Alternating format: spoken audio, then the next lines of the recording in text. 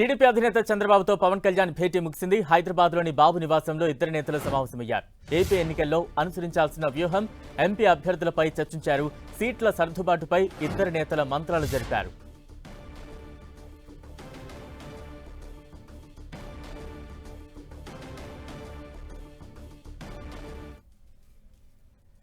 చంద్రబాబుతో పవన్ కళ్యాణ్ భేటీ ముగిసింది. తాజా అప్డేట్స్ అందించేందుకు మా ప్రతినిధి రవిచంద్ర సిద్ధంగా ఉన్నారు. రవిచంద్ర, ఎటువంటి అంశాలు ఈ భేటీలో ప్రధానంగా చర్చకు వచ్చాయి? ఎంతసేపు ఈ భేటీ కొనసాగింది?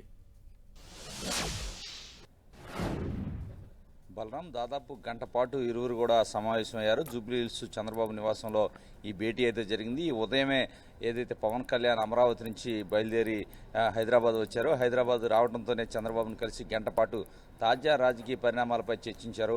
ఎందుకంటే ఇరు పార్టీలు కూడా పొత్తులో భాగంగా 21 అసెంబ్లీ, 2 పార్లమెంటు స్థానాలు తీసుకోవడం జరిగింది. పార్లమెంటు స్థానాల్లో ఎటువంటి ఇబ్బంది లేకపోయినప్పటికీ అసెంబ్లీ స్థానాలు మాత్రం 1-2 స్థానాల్లో మార్పులు చేర్పులు కావాలని పవన్ కళ్యాణ్ కోరుతున్నారు. ఎందుకంటే స్థానిక పరిస్థితులను బట్టి అక్కడ మార్చాలనేది పవన్ కళ్యాణ్ అభిప్రాయంలా ఉంది. అదేవిధంగా ప్రచార సరళి గురించి కూడా ఇరువురు మాట్లాడుకున్నారు. ఎందుకంటే సీట్ల సర్దుబాటు కొంత సాఫీగా జరిగిపోయినప్పటికీ కూడా ఎన్నికల్లో గెలిపే ధ్యేయంగా పనిచేయాలి. ఏదైతే హర్డిల్స్ కొన్ని ఉన్నాయి కింది స్థాయిలో, ఏదైతే జనసేన పోటీ చేసే దగ్గర టీడీపీ నుంచి కొన్ని ఇబ్బందులు కొన్ని చోట్ల ఎదురవుతున్నాయి. అదేవిధంగా టీడీపీ ఉన్న చోట జనసేన నుంచి ఇబ్బందులు అవుతున్నాయి. ఇలాంటి ఏ నియోజకవర్గాల్లో ఉన్నాయి, వాటిని ఏ విధంగా సెట్ చేయాలి, వారిని పిలిచి మాట్లాడాలి, వారికి రాజకీయ భవిష్యత్తుకు హామీలు ఇవ్వాలని ఇరువురు కూడా నిర్ణయించుకున్నట్టు తెలుస్తుంది. ఈ నేపథ్యంలోనే పలు నియోజకవర్గాలకు సంబంధించి మార్పులు కావాలనుకుంటున్నారు. ఏదైతే ఆంధ్రాలో ఒక సీటు, రాయలసీమలో ఒక సీటుని మార్చాలని పవన్ కోరుతున్నట్టు మనకు తెలుస్తుంది. అడ్జస్ట్మెంట్ ఏదైతే మ్యూచువల్ అండర్స్టాండింగ్లో భాగంగా కొన్ని సీట్లు మారవాలంటున్నారు. విశాఖ సిటీలో కూడా ఒక సీటు మారవాలనేది పవన్ అభిప్రాయంగా తెలుస్తుంది. ఏదేమైనా మొత్తానికి సంబంధించి ఎన్నికల ప్రచారం చంద్రబాబు 26 నుంచి ప్రారంభిస్తున్నారు ప్రజాకాలం పేరుతో. అదేవిధంగా వారాహి యాత్ర 27 నుంచి పవన్ కళ్యాణ్ ఉత్తరాంధ్ర నుంచి కూడా మొత్తం కూడా ప్రారంభిస్తున్నారు. ఈ నేపథ్యంలో ప్రచార సరళి ఏ విధంగా ఉండాలి, ఎటువైపు నుంచి ఎవరు రావాలి, ఏ విధంగా ప్రచారం ఉండాలి, అదేవిధంగా జాతీయ నేతల ప్రచార సరళి గురించి కూడా వీరు చర్చించుకున్నారు. ఇప్పటికే ప్రధాని నరేంద్ర మోడీ ఒక సభకి, చిలకలూరిపేట సభ గ్రాండ్ సక్సెస్ అయింది. అదే స్థాయిలో 2-3 సభలు ఉండే అవకాశం ఉంటుంది. ఒకటి విశాఖలో, మరొకటి తిరుపతిలో ఉండే అవకాశం ఉందని ఇరువురు కూడా అభిప్రాయపడినట్టు తెలుస్తుంది. అదేవిధంగా జాతీయ నేతలు ఎవరైతే నడ్డా కావచ్చు, నితిన్ గడ్కరీ, అదే అమిత్ షా, ఇలాంటి నేతలను కూడా ఎక్కడెక్కడ తీసుకురావాలి, ఉమ్మడి అందరూ కలిసి కార్యక్రమాలు చేయాలి, తదితర అంశాల గురించి మాట్లాడుకున్నారు. అదేవిధంగా బీజేపీ లిస్టు కూడా ఇప్పుడు వరకు ఫైనల్ కాలేదు. 1-2 రోజుల్లో బీజేపీ లిస్టు కూడా ఖరారైన తర్వాత 3 పార్టీలు కలిసి ఉమ్మడి ప్రచారం కూడా నిర్వహించాలి. స్థానికంగా కింది స్థాయిలో కూడా 3 పార్టీలు కలిసిపోవాలనే విధంగా కూడా వీరు చర్చించుకున్నారు. అధికార పార్టీ వ్యూహాలకు దీటైన వ్యూహాలు అవలంబించాలని కూడా ఈ నేతలు అయితే చర్చించుకున్నారు. ఎందుకంటే ముఖ్యంగా నందమూరి బాలకృష్ణ కూడా ప్రచారం చేయాలని నిర్ణయించుకున్నారు. నేపథ్యంలో బాలకృష్ణ ప్రచారం ఏ విధంగా ఉండాలి, లోకేష్ కావచ్చు, భువనేశ్వరి ఇప్పటికే ప్రజాక్షేత్రంలో తిరుగుతున్నారు. అదేవిధంగా నందమూరి బాలకృష్ణ కూడా తిరగబోతున్నారు.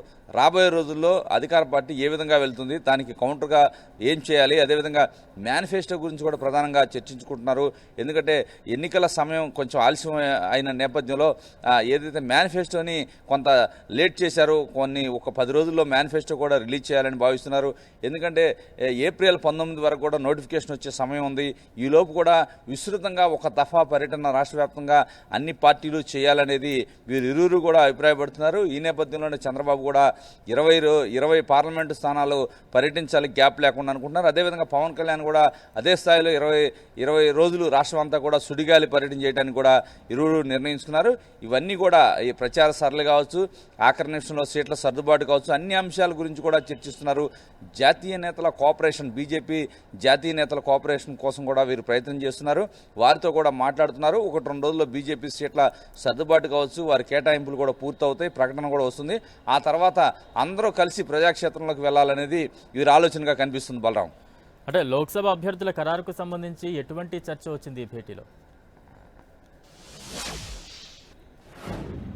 అంటే లోక్సభకు సంబంధించి కూడా ఏదైతే జనసేనకి పొత్తులో భాగంగా 2 స్థానాలు కేటాయించారు. ఒకటి కాకినాడ స్థానం కేటాయించారు, రెండవది బందర్ స్థానాన్ని కూడా కేటాయించారు. బందర్లో ఎడిదిరిగి వైసీపీ నుంచి సిట్టింగ్ ఎంపీ వల్లభనేని బాలశౌరి వచ్చి చేరారు. ఆయనకే పవన్ కళ్యాణ్ సీట్ ఇవ్వడం జరిగింది. ఏదైతే కాకినాడలో మాత్రం ఉదయ్, ఏదైతే టీ టైమ్స్ ఓనర్, ఏదైతే ఇప్పుడు వరకు కూడా పిఠాపురం ఇన్ఛార్జిగా ఉన్నారో, ఆయనకి పవన్ కళ్యాణ్ మొన్నే బహిరంగ ప్రకటన చేశారు, ఆయనకి ఇస్తారని. ఈ 2 పార్లమెంట్ స్థానాల్లో ఎటువంటి వివాదం లేదు, వారు పనిచేసుకుంటున్నారు. అయితే బీజేపీకి సంబంధించి టీడీపీకి సంబంధించి కొన్ని చిన్న సర్దుబాట్లు ఉండే అవకాశం అయితే మనకు కనిపిస్తుంది. ఏదైతే ఇవి ఢిల్లీ స్థాయిలో నడుస్తూ ఉన్నాయి, విజయనగరం పార్లమెంట్ స్థానానికి సంబంధించి ఒక చర్చ అయితే జరుగుతుంది, దాన్ని మార్చాలి, దాని బదులు రాయలసీమ కావాలని బీజేపీ కోరుతున్నట్టు తెలుస్తుంది. ఇవన్నీ కూడా ఢిల్లీ స్థాయిలో చంద్రబాబుతో టచ్లో ఉన్నారు ఢిల్లీ పెద్దలు, వారు మాట్లాడుకుంటున్నారు. ఈ సాయంత్రానికి అవి క్లారిటీ వచ్చే అవకాశం ఉంది. ఏదైతే జనసేనతో మాత్రం కేవలం అసెంబ్లీ స్థానాల విషయంలోనే ప్రధానంగా పవన్ కళ్యాణ్తో చర్చ జరిగింది. పవన్ కళ్యాణ్ ఆలోచన ప్రకారం 1-2 స్థానాలు అటు ఇటు మార్చుకోవాలి, మ్యూచువల్ అండర్స్టాండింగ్లో భాగంగా అనేది పవన్ కళ్యాణ్ ఆలోచనలా కనిపిస్తుంది.